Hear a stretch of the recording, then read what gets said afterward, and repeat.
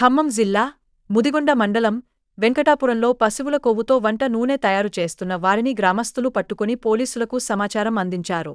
గ్రామానికి చెందిన అన్వర్ జానీ అనే వ్యక్తులు పశువుల మాంసం విక్రయిస్తూ ఉంటారు. మిగిలిన పశువుల కొవ్వు, ఎముకలతో వంట నూనె తయారు చేసి ఇతర ప్రాంతాలకు విక్రయిస్తున్నారు. గ్రామస్తుల సమాచారంతో ఘటనా స్థలానికి పోలీసులు చేరుకుని నూనె డబ్బాలను, పశు మాంసాన్ని సీజ్ చేసి ఫుడ్ సేఫ్టీ అధికారులకు అందజేశారు. ఇక ఫుడ్ సేఫ్టీ అధికారులు శాంపిల్ సేకరించి ల్యాబ్కు పంపారు. బాధ్యులపై కఠిన చర్యలు తీసుకోవాలని గ్రామస్తులు కోరుతున్నారు. అందరికీ నమస్కారం అండి. నా పేరు శరత్, ఈ జిల్లా ఇన్ఛార్జ్ ఫుడ్ సేఫ్టీ ఆఫీసర్ని.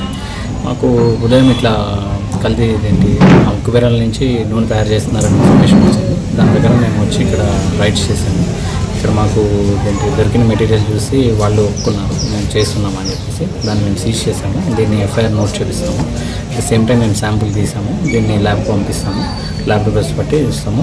ఫర్దర్గా కూడా వీళ్ళు ఎవరికి అమ్మారు, ఎవరికి అమ్ముతున్నారు అన్నది కూడా మేము ట్రేస్ అవుట్ చేస్తున్నాము. వాళ్ళది కూడా మేము ట్రేస్ అవుట్ చేసి యాక్షన్ తీసుకుంటాము. మేము చట్టపరమైన చర్యలన్నీ తీసుకుంటాము.